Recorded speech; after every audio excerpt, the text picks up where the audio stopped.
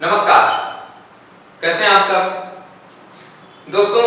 आप सबका HM coaching classes में बहुत बहुत स्वागत है। आज की जो क्लास होने वाली है ये आप सबके लिए बहुत ही ज्यादा महत्वपूर्ण है। आज चक्रवृद्धि ब्याज की 5वीं क्लास है। इससे पहले 4 क्लासें हो चुकी हैं, तो चक्रवृद्धि ब्याज को बिल्कुल बेसिक से समझने के लिए इसकी पहली क्लास से शुरुआत कीजिए। पहली क्लास से जब आप चक्रवृद्धि ब्याज पढ़ेंगे तो यहाँ तक आते आते आपका चक्रवृद्धि ब्याज बिल्कुल क्लियर हो जाएगा। और आज जो चक्रवृद्धि ब्याज में क्वेश्चन करने वाले हैं हम लोग, वो क्वेश्चन आधारित होंगे किस्त पर। किस्त वाले जो सवाल हैं इनमें बहुत ज्यादा प्रॉब्लम होती है। इनमें क्या होता है, जैसे ही किस्त वाले कोई भी सवाल आया, किस्त वाला सवाल आया, तो उसको देखते ही दिमाग में एक लंबा चौड़ा कैलकुलेशन चलने लगता है कि अब इस क्वेश्चन को करने में हमें क्या करना है, कौन सा फार्मूला यूज करना है, कैसे इसको जल्दी से करें। और जब प्रतियोगी परीक्षा में आप बैठे होते हैं, आपके पास इतना ज्यादा टाइम नहीं होता है कि आप किसी फार्मूले पे रख के लंबा चौड़ा कैलकुलेशन करके कोई आंसर निकालें। और अगर आपसे बाई चांस कोई मिस्टेक हो जाती है बीच में, तब तो वो बिल्कुल ही गया।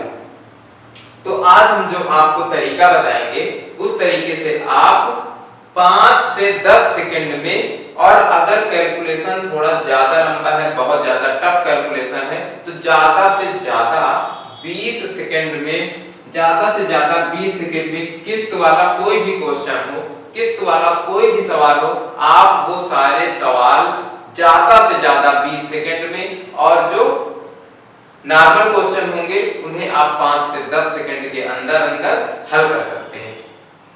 तो इस जो हम आपको आज कॉन्सेप्ट बताएंगे, उस कॉन्सेप्ट को समझने से पहले आपको कुछ बेसिक चीजें जाननी बहुत आवश्यक है। जैसे आप सबने एक फार्मूला पढ़ा है चक्रवृद्धि ब्याज का, a बराबर p 1 प्लस r अपान 100 की पावर n।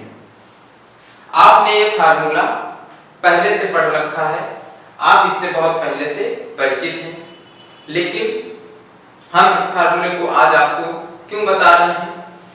कुछ लोग कहेंगे कि जो मेरी क्लासें पहले से ले रहे हैं उन्हें पता होगा कि मैंने आपको शुरुआत में ही कहा था कि हम चक्रवृद्धि ब्याज में, क्योंकि हम कंपटीशन की तैयारी करेंगे, कॉम्पिटिटिव एग्जाम्स की तैयारी करेंगे, हमको ये फार्मूला यूज नहीं करना है।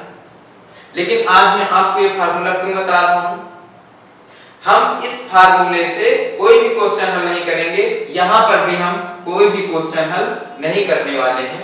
बस बेसिक नीड जो है, आपकी बेसिक समझ पैदा करने के लिए इस फार्मूले का यहां पर प्रयोग करना है, केवल समझने के लिए, क्वेश्चन करने के लिए नहीं। जब क्वेश्चन करने का टाइम आएगा तब आप केवल क्वेश्चन को देखेंगे, थोड़ा सा आप जो कॉन्सेप्ट बताऊंगा उस कॉन्सेप्ट पे चलेंगे, बस आपका आंसर आपकी आंखों के सामने होगा। लेकिन इस पहले फार्मूले से आपको कुछ चीजें समझनी है। चलिए देखते हैं कि क्या समझनी है, पहले वो समझ लीजिए, उसके बाद मैं आपको कॉन्सेप्ट बताऊंगा कि इस फार्मूले से कैसे वो कॉन्सेप्ट बना है, और फिर उस कॉन्सेप्ट को कैसे क्वेश्चन में यूज करके क्वेश्चन को कम से कम समय में कर पाएंगे। चलिए सबसे पहले इसे देख लेते हैं। सबसे पहले इस फार्मूले को समझ लेते हैं।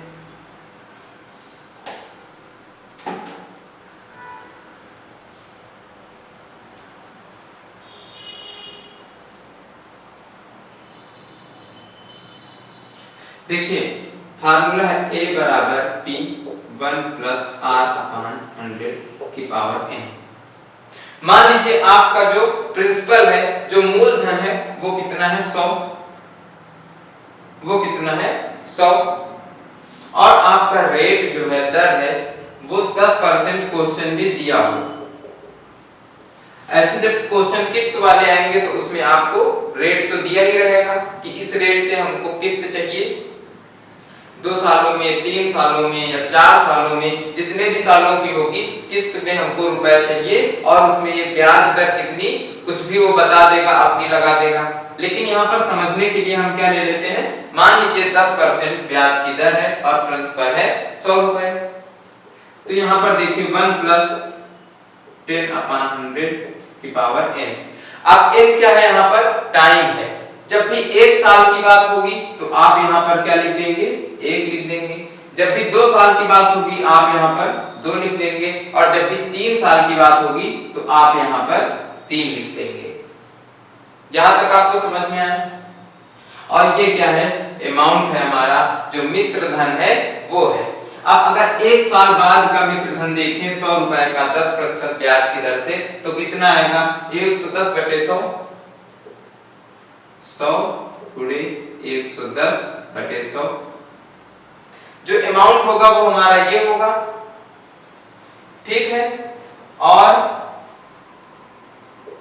अगर आप प्रिंसिपल और अमाउंट का यहां से अनुपात निकालें, क्योंकि जो कॉन्सेप्ट है वो अनुपात से है, रेशियो की विधि से है, तो आपको यहाँ पर अनुपात जानना बहुत जरूरी है।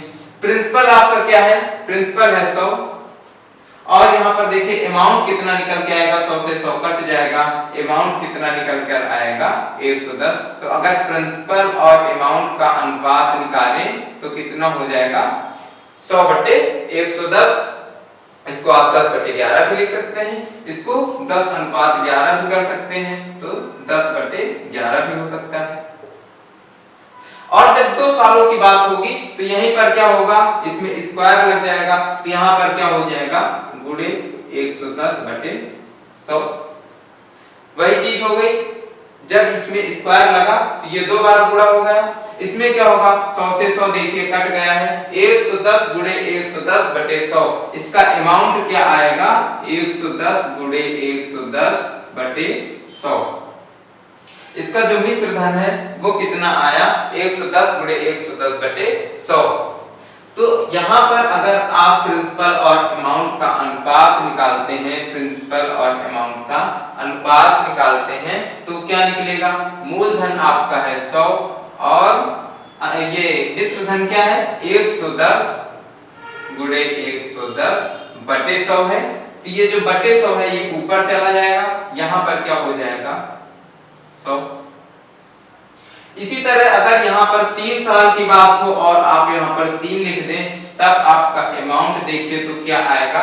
जब यहाँ पर 3 साल की बात होगी तब अमाउंट क्या आएगा, 100 गुणे 110 गुणे 110 गुणे 110/100 गुणे 100 गुणे 100।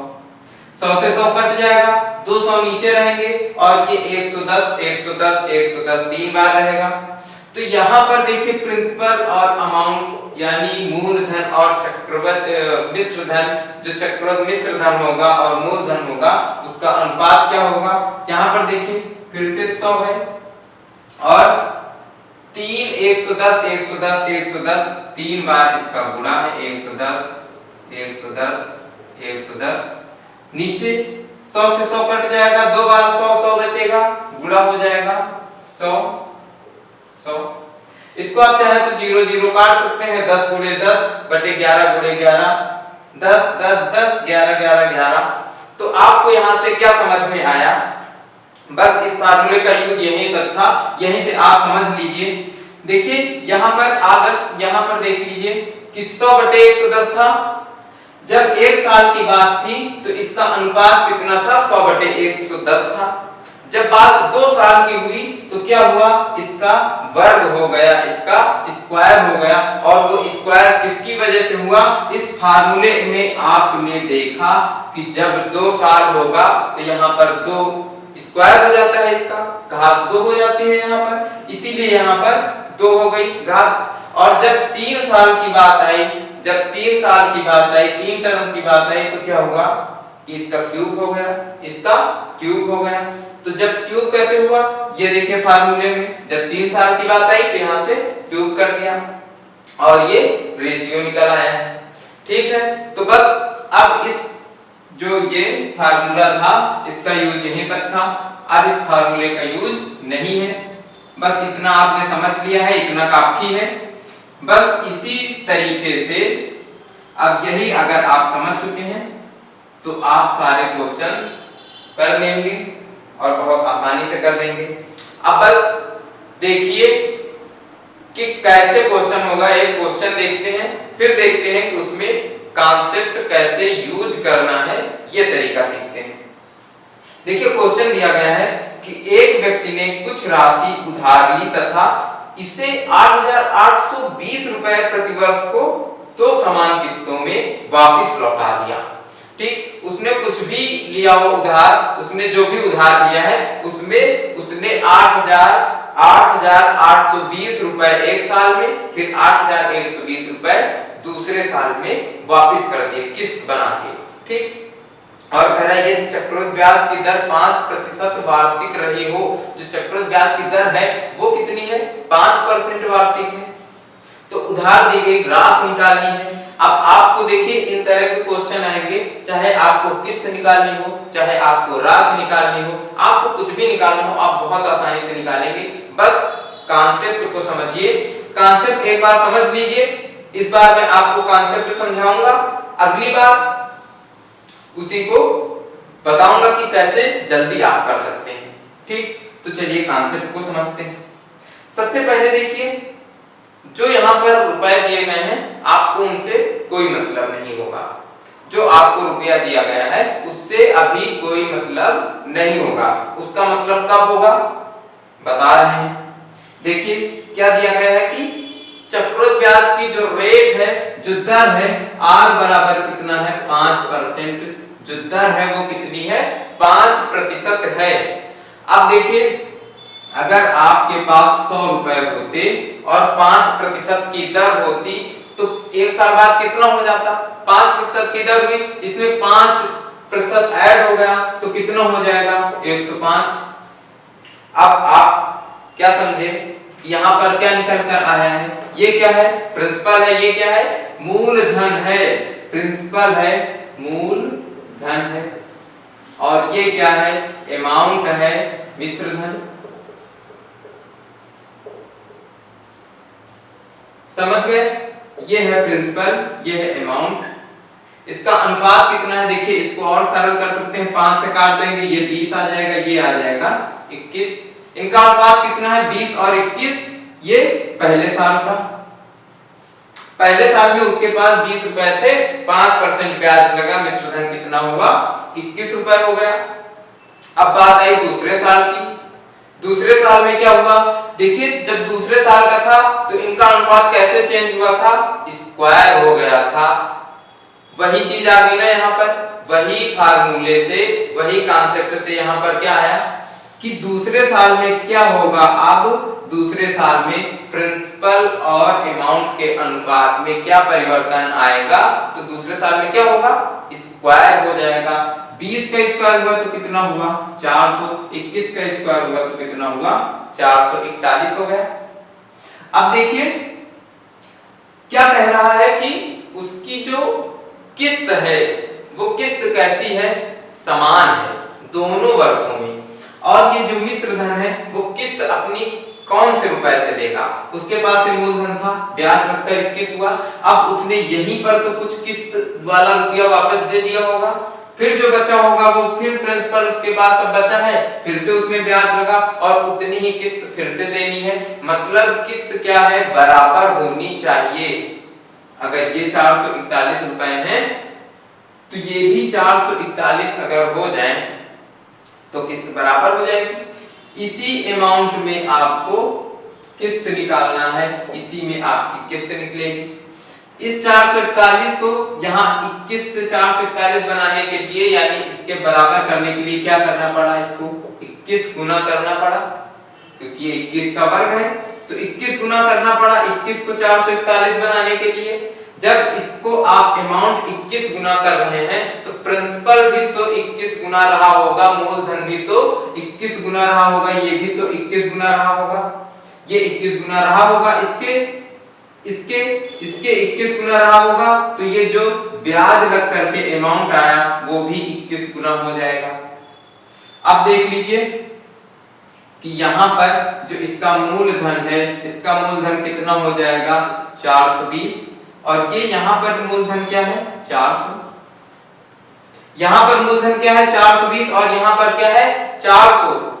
और यहाँ पर देखिए किस्त क्या हो गई, जो इसका मिश्र धन था इसकी किस्त देखिए क्या हो गई 21 कितनी हो गई 441 और यहाँ पर भी 441, मतलब इसकी जो किस्तें हैं ये दोनों किस्तें अब बराबर हो चुकी हैं। अब यहाँ पर आपको क्वेश्चन फिर से देखना है और क्या देखना है कि इसने कितने रुपए प्रतिवर्ष समान किस्तें दी, 8,820 रुपए। 8,820 रुपए उसकी एक किस्त है। एक किस्त चाहे ये ले लो चाहे ये ले लो, दोनों समान है। 441 ये भी है 441 ये भी है और ये 441 किसके बराबर है, 441 किसके बराबर है 8,820 रुपए के बराबर है।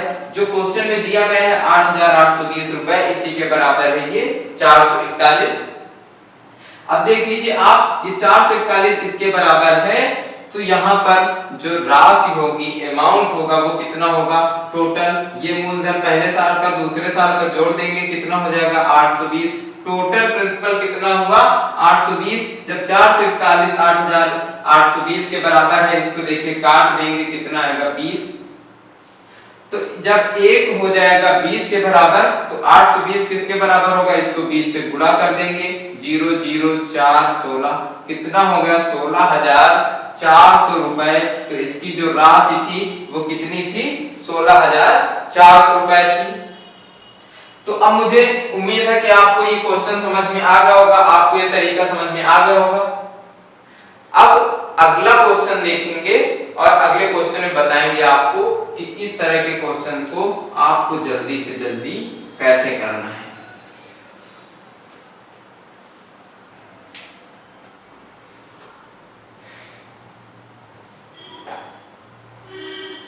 चलिए देखिए अगला क्वेश्चन दिया गया है 66,200 रुपए का ऋण 3 बराबर किस्तों में चुकाना है।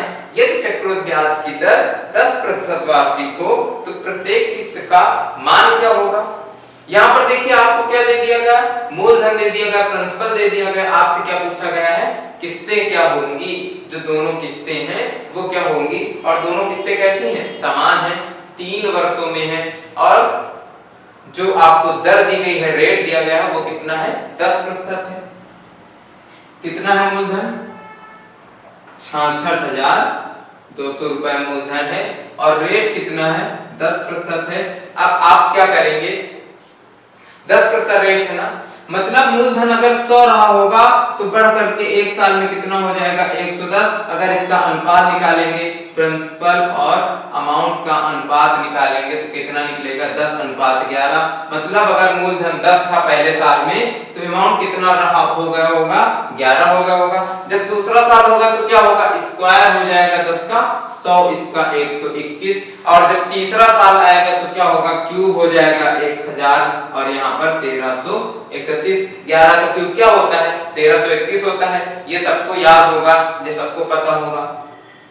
अब देखिए यहाँ पर क्या दिया गया है, ये मूलधन दिया गया है और कह रहा है कि किस्तें क्या होंगी, तीनों किस्तें बराबर हैं। ये तीनों किस्तें बराबर हैं तो इसको 121 है 1331 बनाने के लिए क्या करेंगे 11 से गुणा, इसको क्या करेंगे 121 से गुणा। अब तीनों 1331 बन गए। जब ये 11 गुना है तो ये भी तो 11 गुना रहा होगा और जब ये 121 गुना है तो ये भी तो 121 गुना रहा होगा। अब देखिए हो क्या जाएगा, ये 121 गुना है तो कितना हो जाएगा 1210 और ये कितना हो जाएगा 1100, ये कितना हो जाएगा 1000। टोटल जो प्रिंसिपल है, टोटल प्रिंसिपल कितना निकल कर आएगा 3310। टोटल प्रिंसिपल कितना निकल के आया 3310 और ये किस्त है आपकी 1331।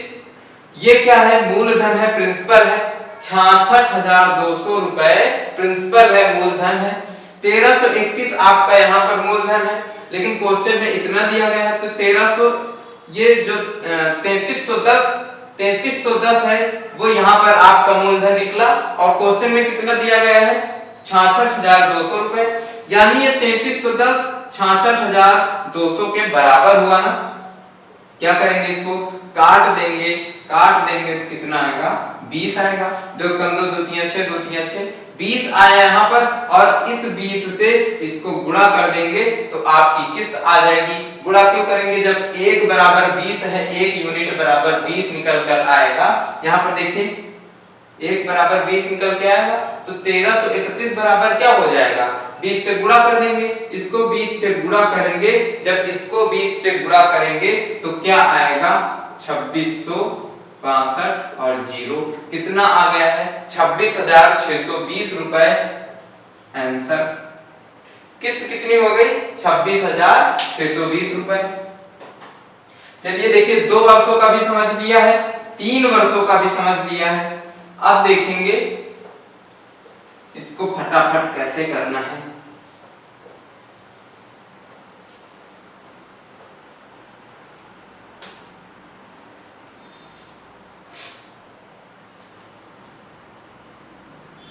देखिए अगला क्वेश्चन दिया गया है कि एक व्यक्ति ने 19,860 रुपए उधार लिए तथा कुल मिश्र धन का 3 समान किस्तों में भुगतान किया। यदि ब्याज 10% वार्षिक दर से संयोजित हो तो वार्षिक किस्त की राशि ज्ञात कीजिए। एक साल में उसने कितनी किस्त दी वो ज्ञात करना है। उधार कितने लिए 19,860 उधार लिए। चलिए इसको लिख लेते हैं 19,860 रुपए। ये क्या है मूलधन है, P यानी प्रिंसिपल है, मूलधन है 19,860। रेट क्या है 10% वार्षिक है। और क्या कह रहा है 3 समान किस्तों में। फिर देखिए 3 समान किस्तें हैं तो फिर वही सब आएगा, फिर वही सब आएगा। इसको लिख ले चाहे ना लिखें, अगर आपने तुरंत अभी लगाया है तो चलिए उसको लिख लेते हैं। रेट कितना है 10% है। और देखिए फिर से 3 किस्तें हैं, फिर से 3 वर्ष की बात हुई तो फिर से क्या होगा 10 था पहले में, 11, 100, 121, 1000, 1331। अब फिर वही करेंगे। देखिए इसको बराबर करेंगे ना, किस्त तो हमें बराबर ही करनी पड़ेगी क्योंकि किस्त बोल रहा है कि बराबर किस्तें देनी है। तो किस्त देखिए 1331 है, इसको 11 से गुणा किया, इसको 121 से गुणा किया, इसको भी 121 से गुणा करेंगे 1210 आएगा, इसको 11 से गुणा करेंगे 1100 आएगा। ये 1000 है ही, यहाँ पर कितना हो जाएगा 3310। यहाँ पर देखिए इनको ऐड करेंगे तो कितना हो जाएगा 3310। तो जो मूलधन था वो 3310 हो जाएगा। एक किस्त जो निकल कर आएगी वो 1331 आ जाएगी। और क्या क्वेश्चन में क्या दिया गया है कि 19,860 क्या है मूलधन है, जो उधार लेता है वो रुपए हैं। ये 3310 किसके बराबर है 19,860 के बराबर है। इसको काट देंगे देखिए 6 बार जाएगा, 6 कम 6 छत्री का 18, छत्री का 18 19, 1 बराबर निकल कर आया है 6। तो इसको 6 से गुणा कर देंगे, किस्त निकल कर आ जाएगी। 6 से गुणा किया तो कितना आएगा 6, 8, 9, 7 कितना आ गया 7,986 रुपए। 7,986 रुपए इसकी हर साल की किस्त हो जाएगी। तो ये क्वेश्चन भी समझ में आ गया होगा।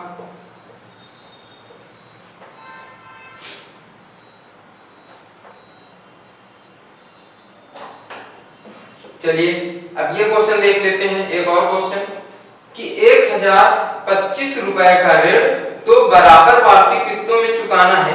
यदि चक्रवृद्धि ब्याज की दर 5% वार्षिक हो तो प्रत्येक किस्त का मान क्या होगा 10,1025 रुपए का ऋण 2 बराबर किस्तों में चुकाना है।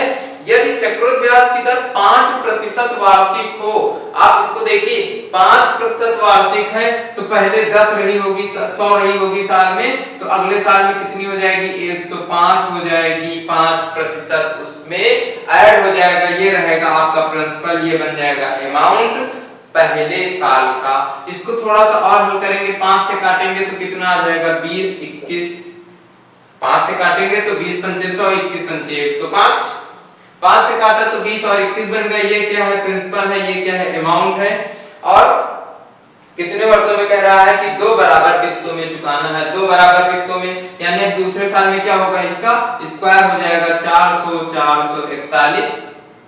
इसको बराबर किया, किस्त 21 से गुणा किया, इसको भी 21 से गुणा किया, कितना आ गया 420, 400 कितना हो जाएगा 820। और ये यहाँ पर 441 आपकी किस्त है। एक किस्त कितनी है 441। और यहाँ पर देखिए मूलधन जो है वो मूलधन कितना आया 820, लेकिन आपको यहाँ पर जो प्रिंसिपल दिया है वो कितना दिया है 1025 रुपए ऋण लिया है ना, तो यही इसका मूलधन होगा। कितने 1025 रुपए लिए, और ये 820 किसके बराबर है 225 के बराबर है। ये 820 किसके बराबर है 225 के बराबर है। आप इसको थोड़ा सा हल कर सकते हैं। आप इसको थोड़ा सा हल करेंगे तो देखिए क्या आएगा, 41 से कटेगा ये 41 दूनी 82, और ये कट जाएगा 41 दूनी 82, और कितना बचेगा 20 205 यानी 41 पंचे 205। अब देखिए 20 बराबर 25 निकल कर आया है, इसको और काट लेंगे 5 कम 55 25 5 चौको 20, 4 बराबर 5 निकल कर आया है, और कह रहा है कि 441 यानी उसकी किस्त का मान क्या होगा, प्रत्येक किस्त का मान, प्रत्येक का मतलब एक साल में जो किस्त दे रहा है उसका मान क्या होगा। 4 बराबर 5 निकल कर आया है, तो 441 बराबर क्या होगा, 441 बराबर क्या होगा 5 गुणे 441 बटे 4, ये 4 नीचे चला जाएगा, 441 से गुणा हो जाएगा। इसको 5 से गुणा कर देंगे, 5 से गुणा किया 5 को 20 तो 22, देखिए कितना आ गया 4, 4 से काट देंगे 4 पंचे 20 4 पंचे 20 4 एकम 4 4 दूनी 8 4 पंचे 20, कितना आ गया 551.25 रुपए। इसकी जो एक किस्त होगी, इसकी जो एक किस्त होगी वो कितनी होगी 551.25 रुपए होगी।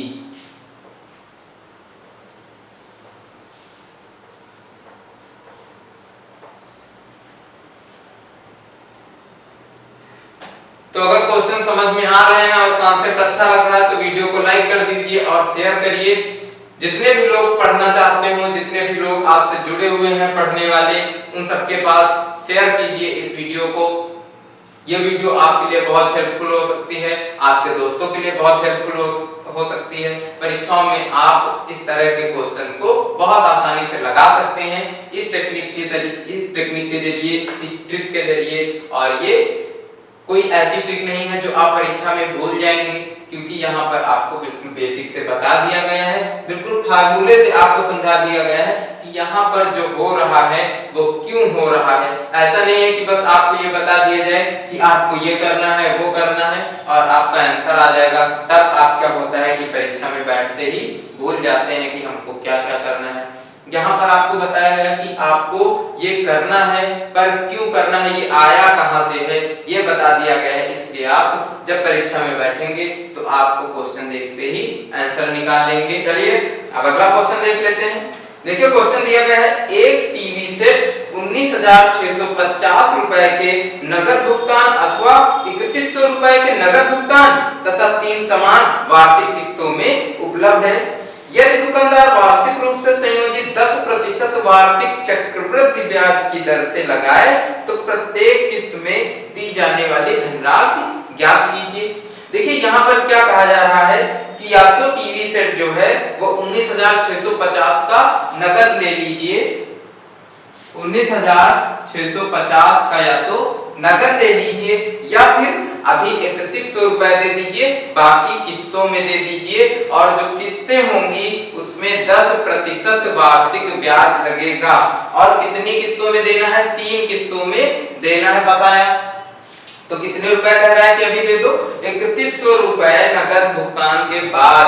3100 रुपए देखिए इसमें नगद भुगतान हो जाएगा, तो अब बचेंगे कितने रुपए 50 5 6 16,550 रुपए अभी बचे हुए हैं, जिसको 3 किस्तों में बराबर बराबर देनी है बना के। ब्याज की दर कितनी है, रेट कितना है 10% है ब्याज की दर। तो देखिए यहाँ पर भी वही होगा, 10% है, क्या हो जाएगा 10 पहले साल में क्या होगा 10% मूलधन, कितना हो जाएगा ये मूलधन और अमाउंट, जो प्रिंसिपल होगा और अमाउंट होगा मूलधन और मिश्र धन का, मूलधन और मिश्र धन का अनुपात क्या होगा, मूलधन होगा 10 पहले वर्ष में, तो मिश्र धन कितना होगा 11, यहाँ पर 100 121, यहाँ पर देखिए 1000 1331, यहाँ पर क्या हो जाएगा 1331। तो देखिए इसको फिर से क्या करेंगे, बराबर करेंगे, क्योंकि किस्तें बराबर करनी है। किस्तें कैसी करनी है, बराबर करनी है। इसको 11 से गुणा, इसको 121 से गुणा। यहाँ पर देखिए जब इसको 121 से गुणा करेंगे तो कितना आ जाएगा, 1210 आ जाएगा। इसमें कितना आ जाएगा, 1100 आ जाएगा। 11 से गुणा किया जाएगा 1210, 1100 प्लस 1000 कितना हो जाएगा 3310, 3310 हो जाएगा।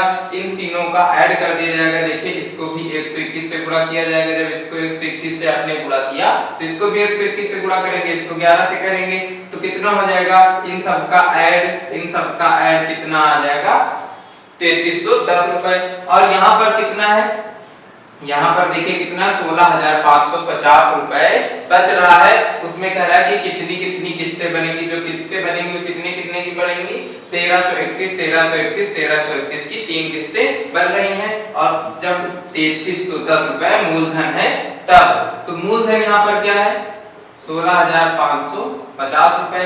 ये मूलधन आपका इस मूलधन के बराबर आप कर देंगे। फिर देखेंगे कि 1331 बराबर क्या निकल के आएगा।